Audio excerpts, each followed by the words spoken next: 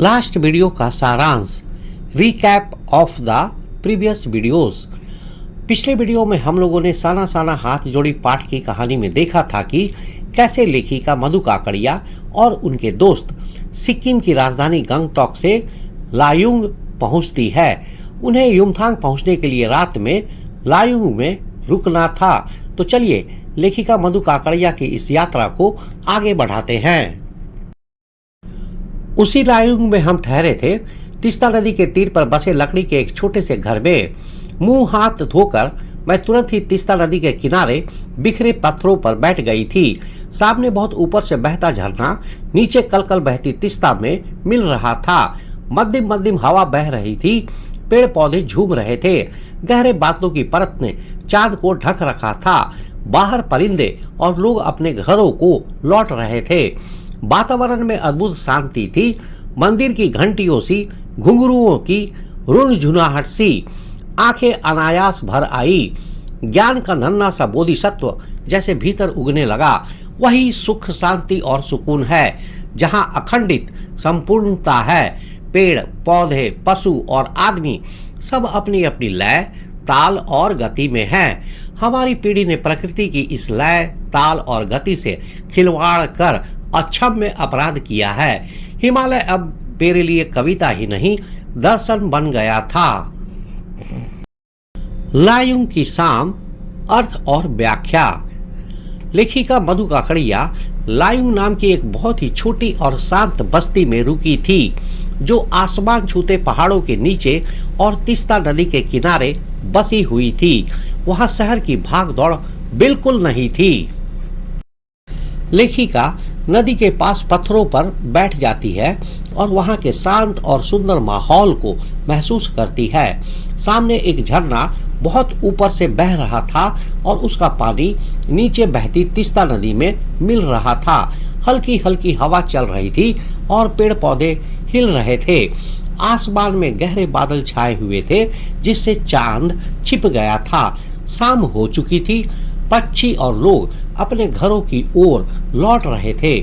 चारों तरफ एक अद्भुत शांति थी, मानो मंदिर की घंटियों या घुंघरुओं की आवाज सुनाई दे रही हो। यह शांति देखकर लेखिका की आंखें भर आई।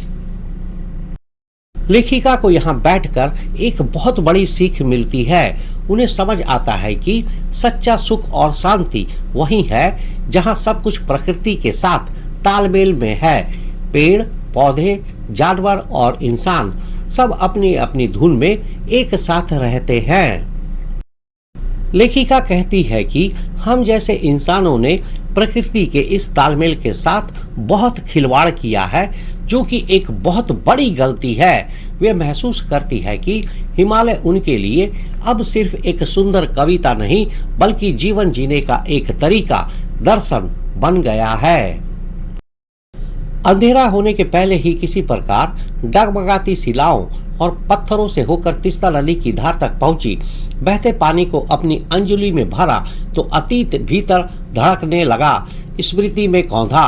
हमारे यहाँ जल को हाथ में लेकर संकल्प किया जाता है, अर्थात प्रॉमिस किया जाता है। क्या संकल्प करूं? पर मैं संकल्प की स्थिति में नहीं थी।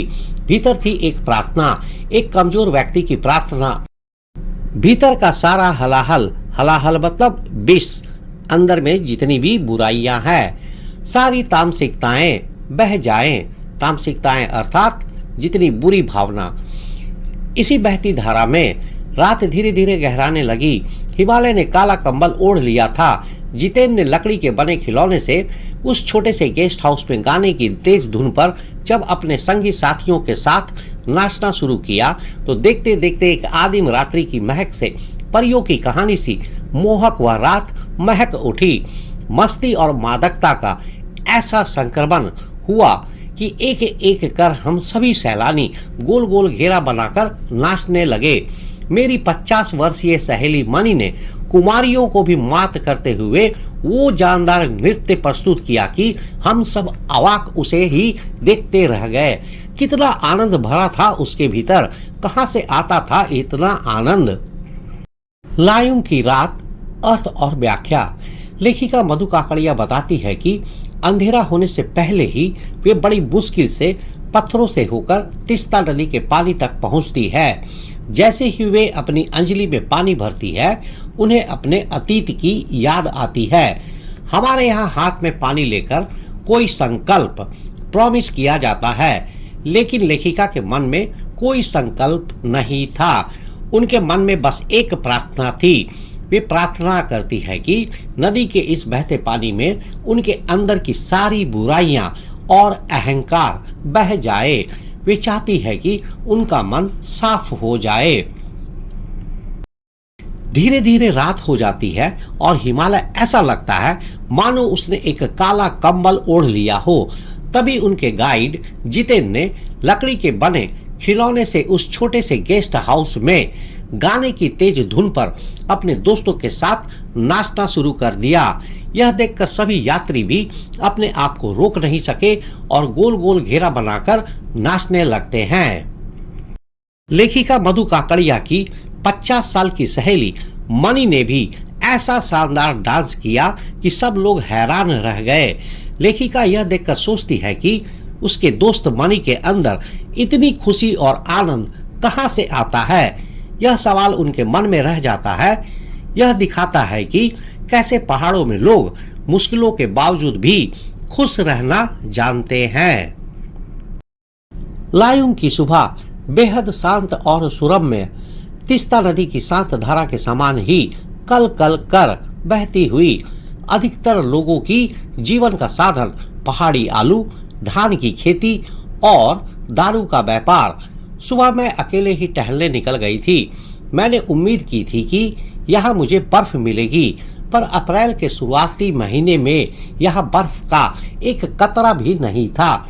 यद्यपि हम सी लेवल से 14,000 फीट की ऊंचाई पर थे, मैं बर्फ देखने के लिए बेचैन थी।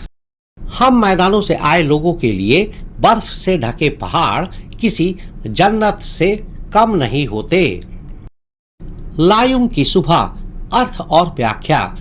लेखिका मधु काकड़िया लायुंग की सुबह का वर्णन करती है। लायुंग की सुबह बहुत ही शांत और सुंदर थी। यहाँ की तीस्ता नदी भी कल कल करती हुई बह रही थी।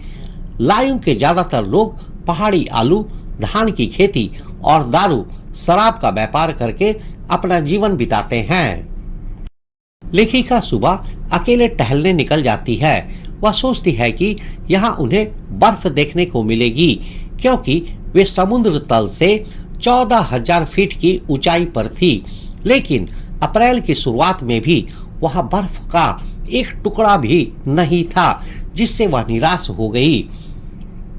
लेखिका मधु काकड़िया कहती है कि हम जैसे मैदानी इलाकों से आए लोगों के लिए बर्फ से ढके पहाड़ किसी जन्नत से कम नहीं होते। इससे यह पता चलता है कि लेखिका बर्फ देखने के लिए कितनी उत्सुक और बेचैन थी। वहीं पर घूमते हुए एक सिक्किमी नवयुवक ने मुझे बताया कि प्रदूषण के चलते स्नोफॉल लगातार कम होती जा रही है, पर यदि मैं कटाओ चली जाऊं तो मुझे वहां सर्दियां बर्फ मिल जाएगी। कटाओ यानी भारत का स्विट्जरलैंड। कटाओ जो कि अभी तक टूरिस्ट स्पॉट नहीं बनने के कारण सुर्खियों में नहीं आया था और अपने प्राकृतिक स्वरूप में था। कटाओ जो लायुंग से 500 फीट ऊंचाई पर था और करीब 2 घंटे का सफर था। वह नवयुवक मुझसे बतिया रहा था और उसकी घरवाली अपने छोटे से लकड़ी के घर के बाहर हमें उत्सुकता पूर्वक देख रही थी कि तभी गाय ने आकर बाहर थैले में रखा उसका महुआ गुड़ुप कर लिया था, मतलब खा लिया था। मीठी झिड़कियां देकर उसने गाय को भगा दिया था। कटाओ, भारत का स्विट्जरलैंड, अर्थ और व्याख्या। लायुंग में घूमते हुए लेखिका मधु काकड़िया को एक सिक्किमी युवक मिलता है। वह युवक लेखिका को बताता है कि पॉल्यूशन की वजह से बर्फबारी, स्नोफॉल लगातार कम हो रही है, लेकिन अगर वे कटाव नाम की जगह पर जाएं तो उन्हें वहां यकीनन बर्फ देखने को मिलेगी। वह युवक बताता है कि कटाव को भारत का स्विट्जरलैंड कहा जाता है। यह जगह अभी तक ज्यादा मशहूर नहीं हुई है, इसलिए यह अभी भी अपने प्राकृतिक एक्चुअल नेचुरल रूप में है।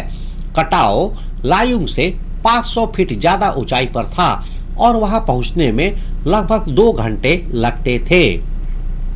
जब वह युवक लेखिका से बात कर रहा था तो उसकी पत्नी उन्हें उत्सुकता से देख रही थी।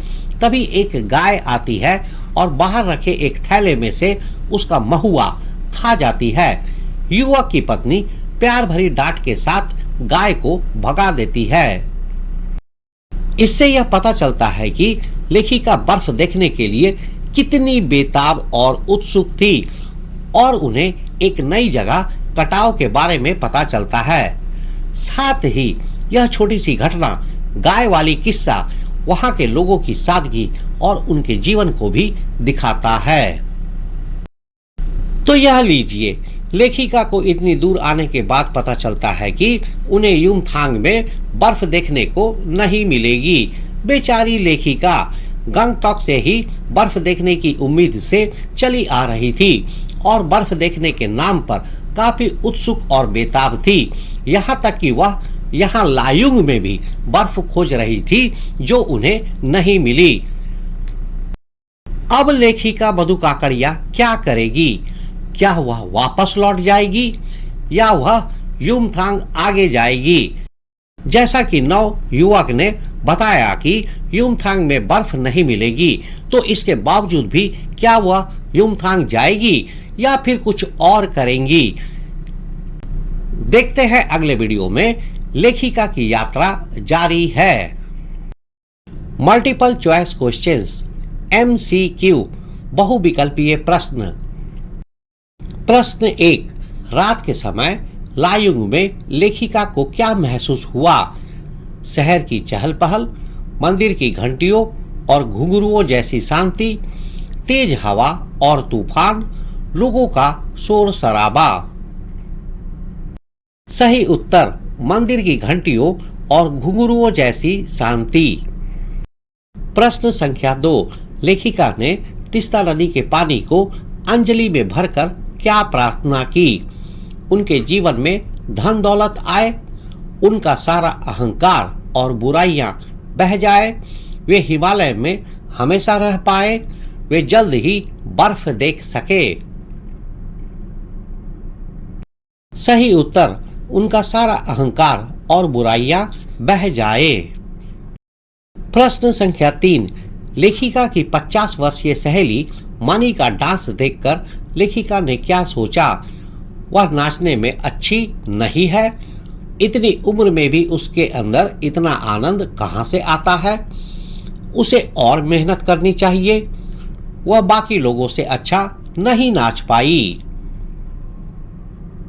सही उत्तर, इतनी उम्र में भी उसके अंदर इतना आनंद कहां से आता है? प्रश्न संख्या 4, लायुंग के ज्यादातर लोगों की आजीविका का मुख्य साधन क्या था? नौकरी करना, खेती और शराब का व्यापार, पर्यटन का व्यापार, मछली पकड़ना। सही उत्तर, खेती और शराब का व्यापार। प्रश्न संख्या 5, सिक्किमी युवक ने कटाव को किस नाम से संबोधित किया है? भारत का स्वर्ग, भारत का स्विट्जरलैंड, भारत की जन्नत, भारत का सबसे ऊंचा पहाड़। सही उत्तर, भारत का स्विट्जरलैंड। इस वीडियो में बताए गए सभी मुख्य पॉइंट्स आपकी परीक्षा के लिए बहुत इंपॉर्टेंट है। अगर आप इन्हें याद रखेंगे तो आप आसानी से अच्छे मार्क्स ला सकते हैं। अगले वीडियो में हम इसी पाठ के कुछ और महत्वपूर्ण हिस्सों को देखेंगे और जानेंगे कि लेखिका की यात्रा में आगे क्या होता है। लेखिका की यात्रा की कहानी जारी है। तो जैसा कि नवयुवक ने लेखिका मधु काकड़िया को बताया था कि युमथांग में बर्फ नहीं मिलेगी, तो देखते हैं कि अब लेखिका क्या करेगी। क्या वह वापस लौट जाएगी या वह युमथांग आगे जाएगी या फिर कुछ और करेगी? तो मिलते हैं अगले वीडियो में। तब तक के लिए थैंक यू, धन्यवाद, जय हिंद।